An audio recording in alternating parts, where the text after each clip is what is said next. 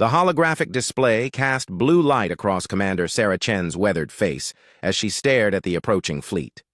200 alien ships moved through space like metal sharks, their hulls gleaming with the dark energy shields that had crushed every human world for the past century. 3 massive dreadnoughts led the formation, each one large enough to crack a planet in half. "Ma'am, the transmission is coming through now," Lieutenant Torres said from his position at the communications console. His voice shook slightly. At 19, he had never seen a Dominion fleet this close. The main screen flickered to life, revealing the towering crystalline form of High Arbiter Zex Thul. The alien's body was made of living crystal that shifted from purple to deep blue as he spoke. His voice came through the speakers like breaking glass. "Humans of the settlement designated New Defiance," the alien said. "I am High Arbiter Zex Thul of the Galactic Dominion. Your species has been judged unworthy of continued existence. However, the Dominion shows mercy to those who surrender without resistance." Chen felt the eyes of her crew upon her. Around the command center, 47 men and women waited for her response. These were miners, engineers, a few old soldiers who had escaped Earth's fall 50 years ago. They had built this small colony on an asteroid in the middle of nowhere, scraping ice and minerals from the rock to survive. "You have 72 standard hours to surrender unconditionally," Zex Thul continued. "Lower your shields, power down, all weapons, and prepare for processing. Any resistance will result in complete sterilization of your settlement. This is your only warning." The transmission ended. The command center fell silent, except for the soft hum of life support systems. Dr. Marcus Webb, the colony's chief engineer, cleared his throat. "Sarah, we need to discuss options." Chen nodded slowly. "Call an emergency council meeting. All department heads now." 20 minutes later, 8 people sat around a metal table in the colony's main conference room. Through the thick windows, they could see the lights of New Defiance stretching across the asteroid's surface. 847 people lived here, including children who had never seen a real planet. "Let's be honest about our situation," Chen said, placing her hands flat on the table. "We have one small defense platform, 12 mining ships that could barely scratch their paint, and a handful of old plasma rifles. They have enough firepower to turn this entire asteroid into dust." "So we surrender?" asked Maria Santos, head of colony services. Her voice was bitter. "We hand over our children to become slaves?" "The Dominion doesn't take human slaves," Dr. Webb said quietly. "They consider us too dangerous. Surrender means death, just a cleaner death than fighting." Chen stood and walked to the window. In the distance, she could see the mining crews still working, pulling precious metals from the asteroid's core. These people had built something beautiful here in the darkness between stars. They had created gardens in sealed domes, schools for their children, workshops where they built tools and art and hope. "My grandmother died on Earth," Chen said without turning around. "My parents died defending Colony 7. I was supposed to die at Kepler Station, but I ran instead. I ran here, to the edge of nowhere, thinking maybe we could hide long enough for someone else to save us." She turned back to face the council. "But there is no one else. We're the last humans left in the galaxy. 847 people on a rock in space." Old Colonel Harris, who had served in the Colonial Defense Force before the fall, leaned forward. "Sarah, I've seen what happens when humans fight hopeless battles. We die bravely, and then we die completely." "Do we?" Chen asked. She activated the room's holographic display, showing a star map of the local sector. "The Dominion thinks they know everything about us. They think we're just another species they can conquer and forget. But they've never understood what makes humans different." She touched a control, and the display zoomed in on their asteroid. "This isn't just a mining colony. This is humanity's last stand.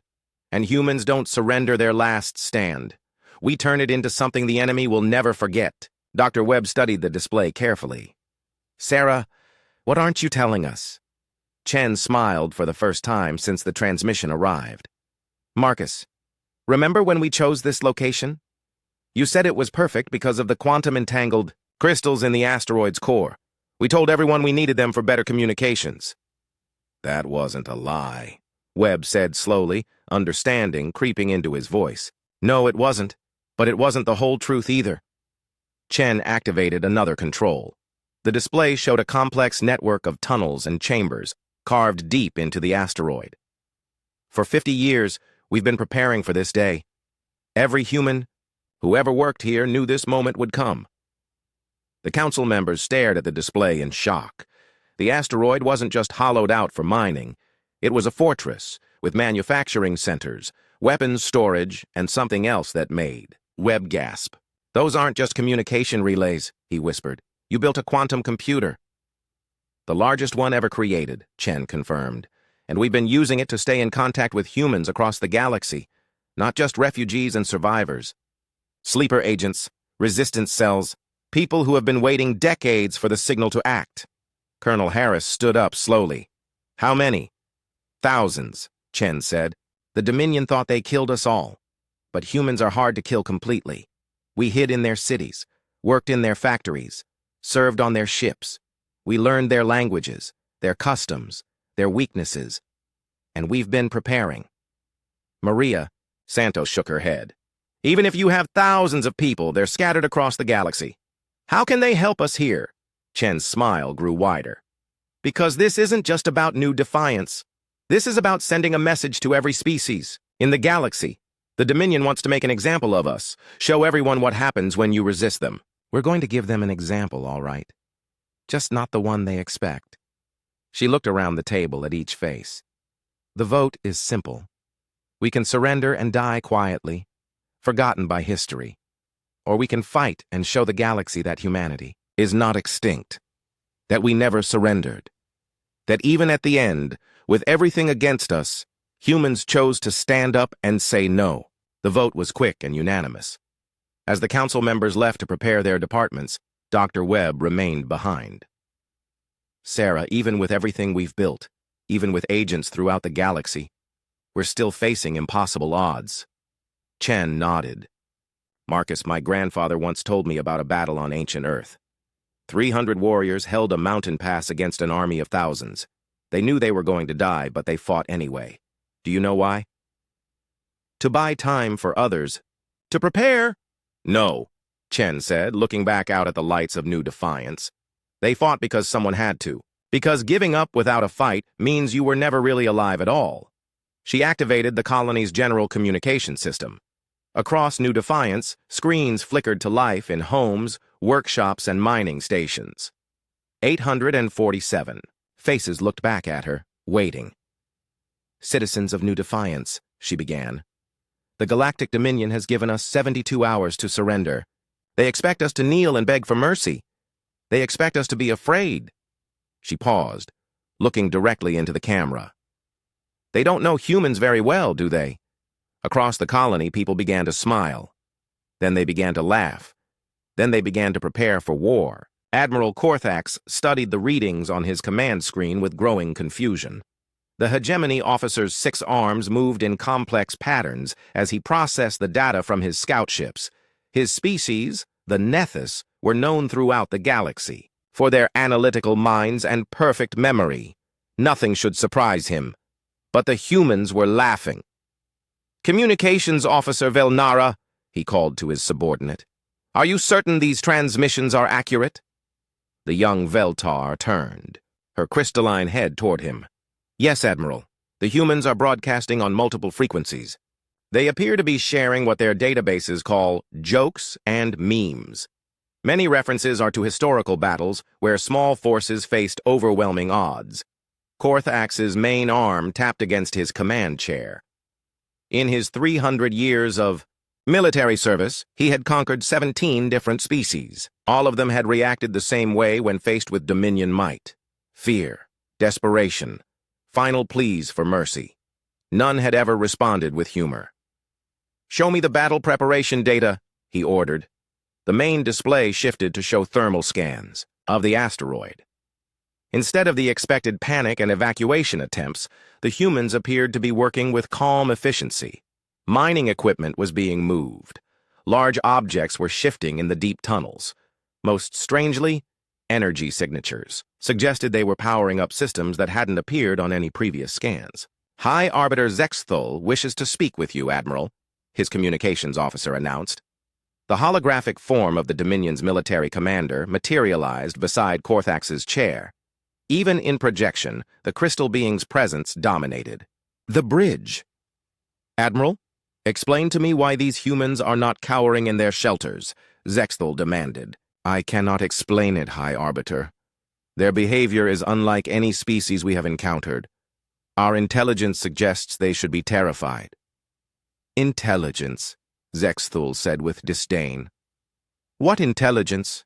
Humans have been extinct as a galactic power for 50 years. These are refugees, miners, workers. They have no military capability. On New Defiance, Dr. Marcus Webb worked frantically in the asteroid's deepest chamber. Around him, banks of quantum processors hummed with energy. The chamber itself was a marvel of human engineering, carved from solid rock and lined with the strange blue crystals that made faster-than-light communication possible. Sarah, we're ready, he called into his headset. The network is fully active. All nodes are responding. Commander Chen's voice crackled back through the comm system. How many, Marcus? 3,412 confirmed active agents. Another 8,000 potential assets, but we can't confirm their status until they respond to the activation codes. Webb's fingers flew over the quantum interface. For 50 years, humans throughout the galaxy had been preparing for this moment. Not just on New Defiance, but on Dominion worlds, space stations, ships, and colonies. They had taken jobs as janitors, mechanics, food service workers, entertainers. The Dominion saw them as harmless survivors, grateful to be allowed to live. They had no idea how wrong they were. Sending activation sequence now, Webb announced. Across the galaxy, hidden receivers picked up the quantum-encrypted signal. On the Dominion capital world of Nexus Prime, a human janitor named David Kim stopped mopping floors and walked to a maintenance panel. His fingers input a code he had memorized 30 years ago. Deep in the city's power grid, systems began to shift. On the industrial world of Forge 7, Maria Hendricks finished her shift at the weapons factory and made a small adjustment to the assembly line programming. Tomorrow's production run would have some interesting modifications that wouldn't be noticed until it was too late. Aboard the Dominion dreadnought Inevitable Victory, Chief Petty Officer Jackson Reed completed his routine. Maintenance on the ship's computer core. As he worked, he installed a small piece of code he had been carrying on a memory crystal hidden in his boot for 15 years. The network awakened. Thousands of humans, forgotten by their conquerors, began to move. Back on New Defiance, Chen watched as the asteroid's true nature revealed itself. Mining equipment that had seemed broken for years suddenly roared to life. Concealed hangar doors opened in the rock face. From hidden chambers came sleek combat drones, their hulls painted matte black to avoid detection. Status report. She ordered. Lieutenant Torres checked his readings. Automated defense grid is online. All mining drones have been converted to combat configuration. The decoy beacon is ready for deployment. Chen smiled grimly. The Dominion expected to find a small mining operation with basic defenses. They would instead discover that New Defiance had been built as a fortress from the very beginning. Every tunnel had been designed for combat. Every system had a backup and a backup for the backup. And most importantly, every human who had ever lived here had known this day would come. Ma'am, Torres said, excitement creeping into his voice. We're getting reports from the network. The activation worked. Our people are in position across the galaxy. The main screen filled with status reports. On Nexus Prime, the capital's defense grid was being slowly compromised by a janitor with access to maintenance tunnels. On Forge 7, weapons shipments were being sabotaged before they left the factory. On dozens of ships, human crew members were preparing to disable critical systems at the perfect moment. But the most important signal came from Deep Station Echo, a Dominion intelligence outpost on the edge of controlled space. The message was simple. Package delivered. Timer set. Recommend immediate evacuation. Chen felt a moment of sadness. Deep Station Echo housed the galaxy's largest database of extinct species. The humans there had spent decades copying and preserving the cultural heritage of civilizations. The Dominion had destroyed. Now they were preparing to destroy the station to prevent that information from being used to hunt down survivors. "Admiral Korthax is hailing us," Torres reported. "Put him through." The alien's image appeared on screen. His 6 arms moved in what Chen had learned was a gesture of confusion among his species. "Commander Chen," the admiral said, "I am Admiral Korthax of the Hegemony Navy. I order you to explain your species' unusual behavior." Chen leaned back, in her command chair. "What's unusual about it, Admiral? We're preparing for your attack. You are preparing by broadcasting entertainment. Your people appear to be enjoying themselves. This is not rational behavior for a doomed population." "Doomed?" Chen laughed. "Admiral, you're making the same mistake everyone makes about humans. You think because we're small, we're weak. You think because we're scattered, we're helpless. You think because we lost our planets, we lost everything." She stood up and walked closer to the screen. "But humans don't need planets to be human.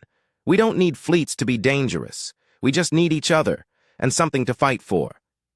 The Admiral's arms moved in agitation. "Commander, you have 800 people facing 200 ships. This is not a battle. This is suicide." "Maybe," Chen agreed. "But here's what your intelligence files don't tell you about humans, Admiral. We're really, really good at making sure we don't die alone." She cut the transmission and turned to her. "Crew, all stations, prepare for battle, and somebody play some music. If we're going to make history, we might as well enjoy it." Throughout New Defiance, speakers crackled to life with an old Earth song about thunder and lightning. 847 humans sang along as they prepared to remind the galaxy what happened when you cornered the most stubborn species in the known universe. Admiral Korthax watched his tactical display in growing alarm as his fleet approached the human colony. What should have been a simple extermination was becoming something else entirely. His sensors were detecting movement throughout the asteroid field, but it made no sense. "Navigation, explain these readings," he ordered. Commander Thesara, his tactical officer, manipulated the holographic display with her 4-fingered hands. "Admiral, the asteroids are moving. Not with natural drift patterns, but with purpose. Our initial scans showed this was a standard mining operation, but now—" The display zoomed in on what appeared to be a large chunk of space rock. As they watched, sections of the asteroid's surface split apart like flower petals, revealing a sleek metal interior filled with docking bays and weapon mounts. "Impossible," Korthax whispered. "They would need decades to hollow out these rocks without us detecting it." "Admiral," his communications officer called out urgently, "we're receiving system alerts from ships throughout the fleet. Multiple vessels are reporting equipment malfunctions. On the dreadnought Inevitable Victory, Captain Vorthak of the Veltar was dealing with his own crisis. The ship's massive plasma cannons were powering down without authorization. His engineering staff was frantically trying to restore power." "Chief, engineer, report," he demanded. "Sir, we're showing system conflicts in the main computer core. Something is overriding our command protocols. The systems are rejecting our commands as unauthorized. What the captain didn't know was that Chief Petty Officer Jackson Reed was 30 decks below, sitting at a maintenance terminal with tears in his eyes. The activation code had finally come. After 15 years of servitude, pretending to be grateful to the aliens who had destroyed his home world, he was finally fighting back. His fingers moved across the interface, implementing programs he had spent years secretly installing. The Dreadnought's own computer systems turned against it, locking out weapons controls and reducing engine power to emergency levels. Similar scenes played out across the Dominion fleet. In the cruiser Knight's Edge, human cook Sarah Williams added a special ingredient to the officers' dinner, a mild sedative that would have them feeling sick and confused within an hour. On the battleship Crown of Stars, maintenance worker Tom Chen began a cascade failure in the shield generators that would take hours to fix. But the real surprise was yet to come. Commander Sarah Chen stood in New Defiance's command center, watching as the asteroid field came alive around them. She had spent 50 years preparing for this moment, turning what appeared to be a simple mining operation into something the galaxy had never seen. "All units, this is base. Execute swarm protocol. Show them what humans do when we have time to. Prepare." Throughout the asteroid field, chunks of rock split open like eggs. From each one emerged dozens of small craft, each no larger than an old Earth fighter plane. They didn't look like military vessels. Their hulls were rough, welded together from mining equipment and salvaged parts. but they moved with deadly purpose. Admiral Korthax stared at his tactical display as hundreds, then thousands of small contacts appeared on his screens. His computer system struggled to count them all. "How many ships are out there?" he demanded. "Scanning," Commander Thesara replied, her voice strained. "Sir, I'm reading over 4,000 individual contacts, but these can't be ships. They're too small to carry life support systems." She was right. The human craft were unmanned drones, controlled remotely from deep inside New Defiance. But each one carried something that made the Dominion fleet's size advantage meaningless: a nuclear warhead and a human pilot's ruthless creativity. The first wave of drones reached the outer edge of the Dominion formation. Instead of trying to engage in traditional combat, they did something no civilized species would consider. They rammed directly into the alien ships. The destroyer Dark Wind took 3 drone impacts before its captain realized what was happening. The small human craft weren't trying to shoot them. They were using themselves as guided missiles. "All ships, evasive maneuvers," Admiral Korthax ordered. "These humans are insane!" But evasive maneuvers were useless against an enemy that didn't care about surviving the attack. The human drones swarmed around the much larger Dominion ships like angry wasps, seeking weak points in shields and armor. Each impact was small, but there were thousands of them. The cruiser Stormbearer lost its main engine when a drone punched through its exhaust port and detonated inside the power core. The battleship Iron Fist found its bridge windows cracking under repeated impacts from craft that seemed to know exactly where to hit. In New Defiance's command center, dozens of human operators controlled the drone swarm through neural interfaces. They couldn't feel pain or fear as their craft were destroyed, but they could feel satisfaction as each impact brought them closer to victory. "Target the command ships," Sarah Chen ordered. "Make them pay for every meter." The drones began to focus their attacks on the larger vessels. The Dominion had expected to face a traditional fleet battle with ships exchanging fire at long range. Instead, they found themselves swatted at by thousands of small craft that attacked from every direction at once. Lieutenant Torres monitored the battle from his position. "Ma'am, we're getting reports from across the galaxy. The network is active. Dominion installations are going down all over their territory." The quantum communication system allowed Chen to coordinate not just the local battle, but a galaxy-wide uprising. On Nexus Prime, power grids were failing as human janitors and maintenance workers sabotaged critical systems. On military bases, weapons shipments were exploding due to manufacturing defects introduced by human factory workers, but the most devastating attacks were happening in space. Throughout the Dominion fleet network, human crew members were using their access to critical systems to turn the aliens' own technology against them. Navigation computers were routing ships into asteroid fields. Life support systems were developing mysterious failures. Food replicators were producing meals that made entire crews violently ill. Admiral Korthax tried to maintain control as his fleet fell apart around him. "All ships, focus fire on the main asteroid. Destroy their command center." The remaining Dominion ships turned their massive weapons toward New Defiance. But as they prepared to fire, something impossible happened. Their targeting systems began showing friendly ships in their firing solutions. The human-controlled drones had positioned themselves between the Dominion fleet and the asteroid, using the aliens' own reluctance to fire on their comrades against them.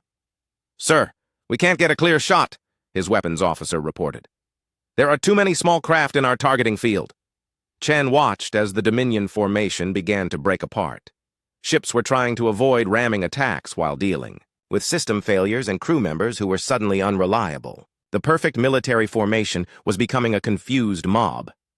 "Ma'am," Dr. Webb called from the quantum communication station. "Deep Station Echo is reporting mission complete. The Dominion intelligence database has been wiped clean. 25 years of data on extinct species gone." Chen nodded grimly. Across the galaxy, humans were emerging from hiding to strike back at their oppressors. They weren't trying to conquer the Dominion. They were trying to cripple it, to show every enslaved species that the mighty Galactic Empire could be hurt. "Admiral Korthax is hailing us," Torres reported. "Put him through." The alien commander appeared on screen, his 6 arms moving in clear distress. Behind him, his bridge crew worked frantically to restore control of their ship. "Commander Chen," he said, "this is not warfare. This is chaos. Your people fight without honor, without strategy. You sacrifice your ships for minor damage. Chen smiled coldly. Admiral, you just learned something important about humans. We don't fight wars the way you expect. We fight wars the way we need to. And right now, we need to remind the galaxy that humanity is not extinct. She leaned forward. Every ship you lose here, every system that fails, every plan that goes wrong, that's a message to every species under Dominion control. The message is simple. The Empire can be beaten. The transmission ended as another drone wave slammed into the Dominion formation. Admiral Korthax realized with growing horror that his magnificent fleet was being destroyed by miners and maintenance workers using equipment held together with spare parts and determination. For the first time in 300 years of military service, he was learning what it meant to fight humans who had nothing left to lose. High Arbiter Zexthul watched his fleet burn and felt something he had not experienced in his 3 centuries of existence: doubt. From his command ship positioned safely behind the battle lines, he observed the systematic destruction of what should have been an easy victory. The crystalline being's body shifted from blue to deep red as anger coursed through him. The humans had made him look foolish in front of the entire Dominion military command. Worse, they had done it with mining equipment and what appeared to be organized insanity. High Arbiter, his aide approached carefully. The young Veltar's crystal form flickered with nervous energy. Admiral Korthax is requesting permission to retreat. His fleet has lost 40% of its combat effectiveness. Zexthul's form flared brighter. Retreat? From a mining colony with 800 inhabitants? Absolutely not. He activated the ship's primary communication system. Admiral Korthax, you will continue the attack. Use whatever force necessary to destroy this human infestation. High Arbiter. The Admiral's voice came back strained. These humans are not fighting conventionally. They are using kamikaze tactics, system infiltration, and coordinated sabotage across the galaxy. Our intelligence was completely wrong about their capabilities. I do not care about their tactics, Zexthul snapped. I care about results. If conventional weapons are insufficient, then we will use unconventional ones. The High Arbiter moved to his command throne, a crystalline chair that connected directly to the ship's most powerful systems. With practiced movements, he began to authorize deployment of the Dominion's most terrible weapon, the Void Cannons. These reality-warping devices were designed to erase matter from existence itself. They were meant for planetary siege warfare, used only when the Dominion wanted to make an example that would terrify other species into submission. They had never been used against such a small target.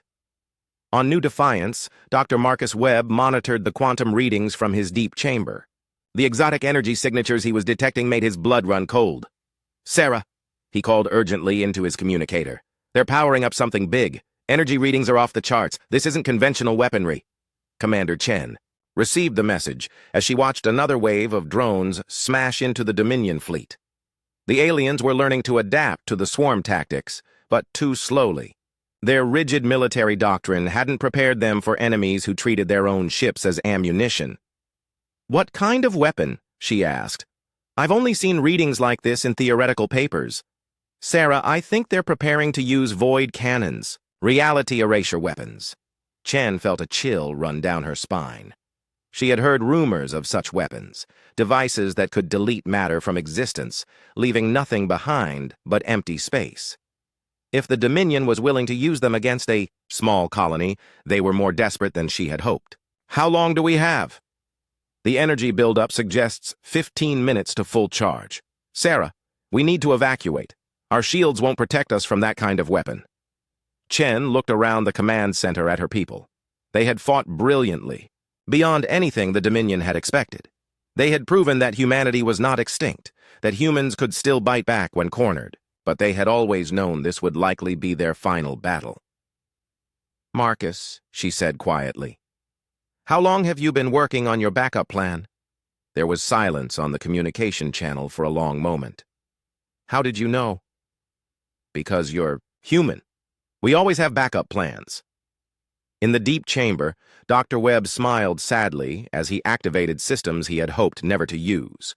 The quantum crystals that formed the heart of their communication network weren't just for sending messages across the galaxy.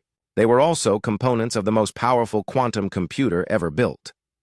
For 50 years, while the colonists had been mining and building and preparing for war, the quantum computer had been running calculations. It had been mapping hyperspace, analyzing Dominion ship movements, and preparing for one specific possibility: what to do if the enemy brought weapons too powerful to fight conventionally.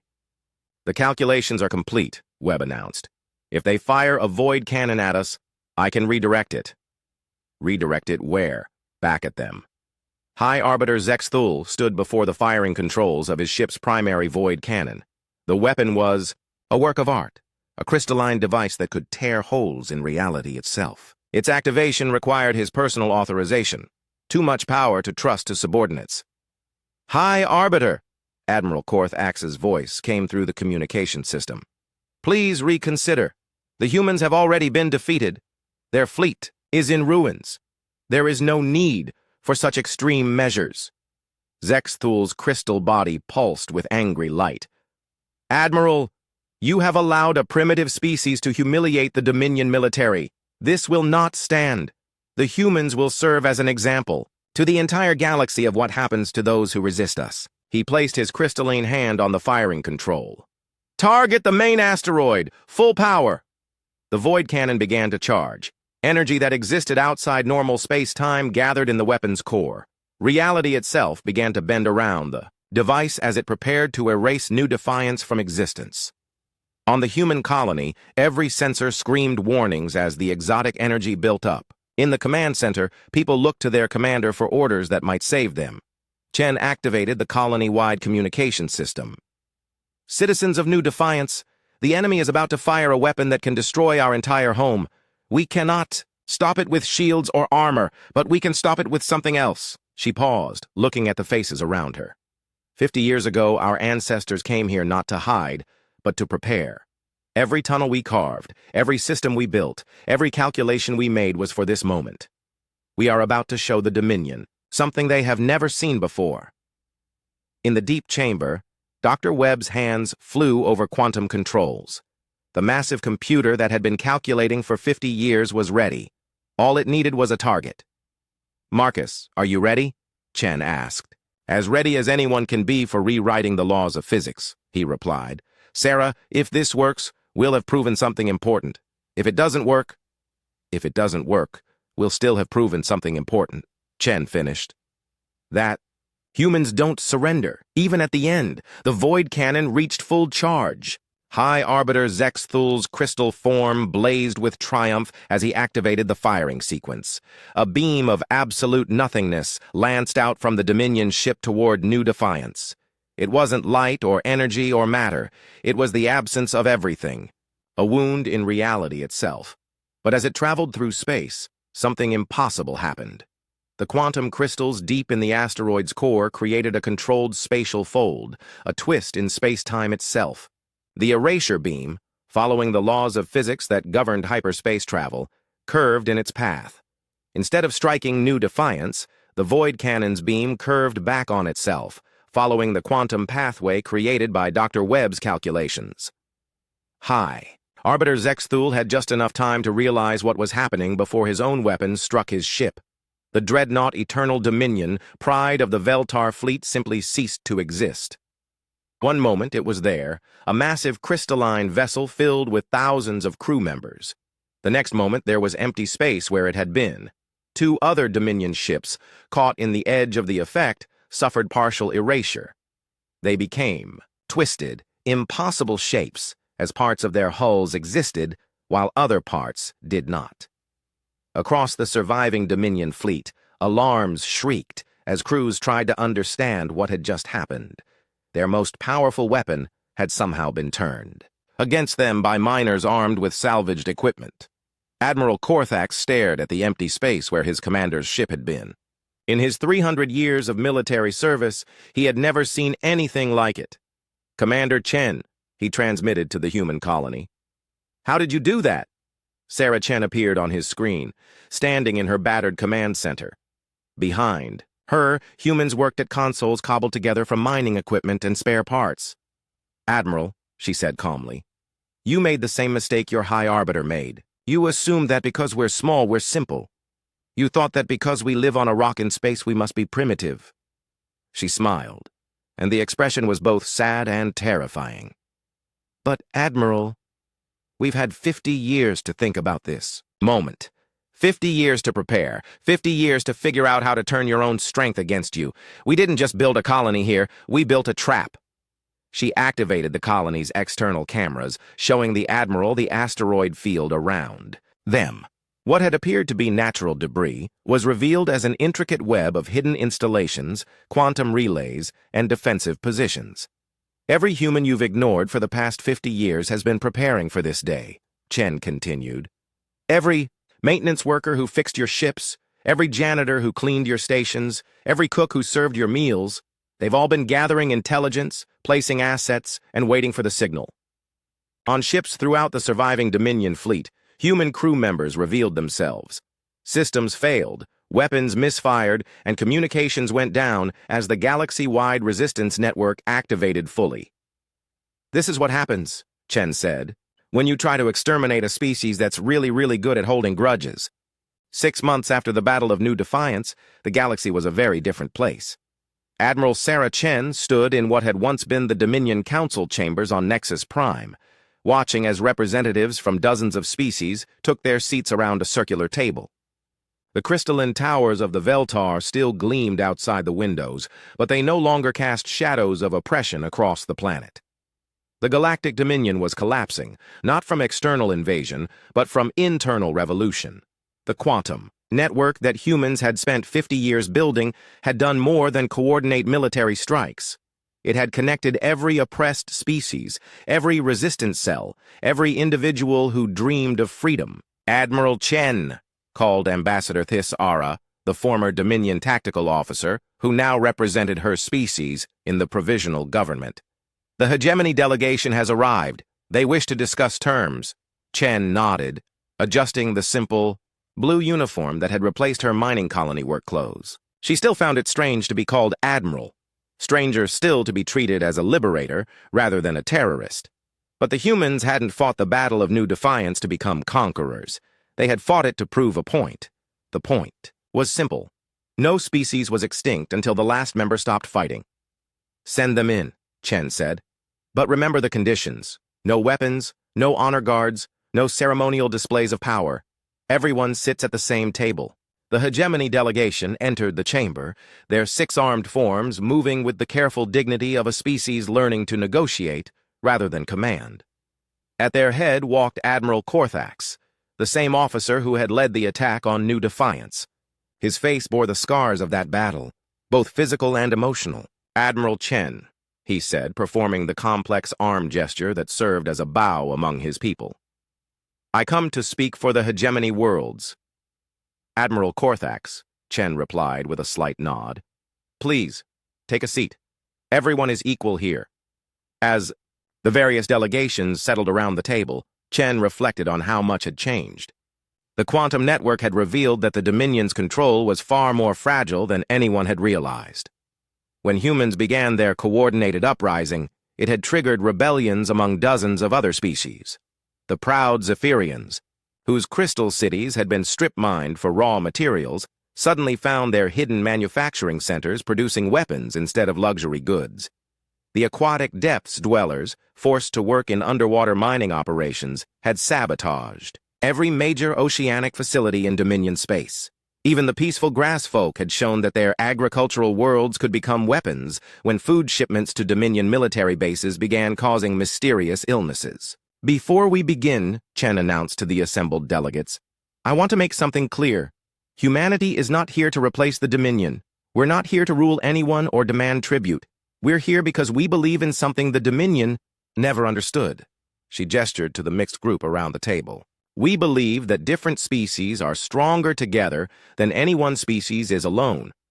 Dr. Marcus Webb, now serving as humanity's chief science advisor, activated the room's holographic display. It showed a map of the galaxy, color-coded to show the current political situation. The old Dominion controlled 60% of known space, he explained. But control through fear and force requires constant military pressure. When that pressure was removed, the Empire collapsed in weeks. The display shifted to show trade routes, communication networks, and resource flows. What we're proposing is different. Voluntary cooperation, mutual defense, shared technology and resources, but only between willing partners. Ambassador Velnara, representing the Veltar crystals, raised one translucent hand. Admiral Chen, your proposal sounds ideal, but how do we prevent another species from simply conquering this alliance? What you have created could be destroyed by any group with sufficient military power. Chen smiled. Ambassador, you're thinking like the Dominion. You're assuming that military power is the only kind of power that matters. She gestured to Webb, who changed the display to show the quantum communication network. Instead of the simple web it had been during the war, it now connected thousands of worlds, billions of individuals, and dozens of species. This network isn't just for communication, Chen explained. It's for coordination, for sharing knowledge, for making sure that no single group can control critical resources. If someone tries to conquer one world, 50 others will know about it immediately. If someone tries to cut off trade to force compliance, 100 alternate routes will activate.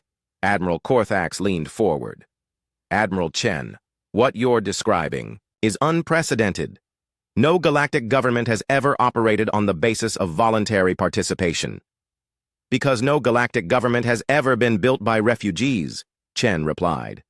Every empire in galactic history was created by conquest. Someone strong decided they knew what was best for everyone else, and imposed their will by force. She stood and walked to the window, looking out at the diverse crowds moving through the streets below. Humans worked alongside Veltar, hegemony. Traders haggled with Zephyrian artists, and children from a dozen species played together in parks that had once been reserved for Dominion officials only. But humans have been refugees for 50 years. We know what it's like to be the conquered, not the conquerors. We know what it's like to lose everything and have to start over, and we learned something important during those years. She turned back to face the assembly. We learned that survival isn't about being the strongest. It's about being the most adaptable. It's about making connections, building networks, helping each other. The Dominion was strong, but it was rigid. When we broke it in one place, the whole structure collapsed. Ambassador Thaisara spoke up. Admiral, this philosophy is admirable, but practical concerns remain. How do we handle disputes between member species? How do we make decisions that affect everyone? How do we prevent the alliance from fracturing into competing factions? Dr. Webb answered this one. We've been working on that problem for months. The quantum network allows for something that's never been possible before. Real-time democracy on a galactic scale. The display showed a new interface, glowing with soft blue light.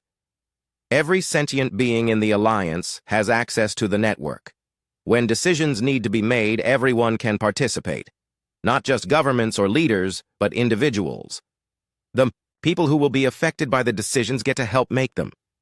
That's chaos, Admiral Korthax protested. Billions of voices all trying to be heard at once. How do you make any decisions at all? Chen returned to her seat. The same way humans always have, Admiral. We argue, we debate, we compromise. Sometimes we disagree so strongly that we go our separate ways. But we do it all voluntarily. She activated a personal display showing recent voting results from across the Alliance. Last week, the agricultural worlds voted on new farming standards. 17 species participated in the discussion. The grass folk wanted organic-only methods. The hegemony worlds preferred efficient chemical systems. The Zephyrians suggested combining both approaches with crystal-enhanced growth chambers. And the result? Asked Ambassador Velnara.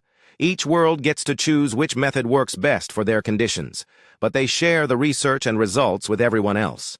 No one is forced to adopt a single standard, but everyone benefits from everyone else's innovations. As if summoned by their discussion of innovation, a soft chime indicated an incoming priority message. Dr. Webb checked the quantum network and smiled. Admiral, we've just received confirmation from the frontier worlds. The deep space colonies have voted to join the Alliance. That brings us to 347 member worlds. Chen felt a warm satisfaction. Each new world that joined was another species choosing cooperation over domination, another group deciding that they wanted to be part of something bigger than themselves. There is one final matter to discuss, Admiral Korthax said carefully. The question of justice. The Dominion committed many crimes during its reign. My own fleet destroyed countless civilian populations. How does this alliance handle justice for those crimes? The chamber fell silent. It was a question that had haunted the alliance since its formation. The desire for revenge was strong among many species, but revenge could easily destroy the cooperative spirit they were trying to build. Chen stood once more, but this time she walked to a memorial wall that had been installed in the chamber. It showed the names of every known species the Dominion had exterminated, including the billions of humans who had died during the conquest.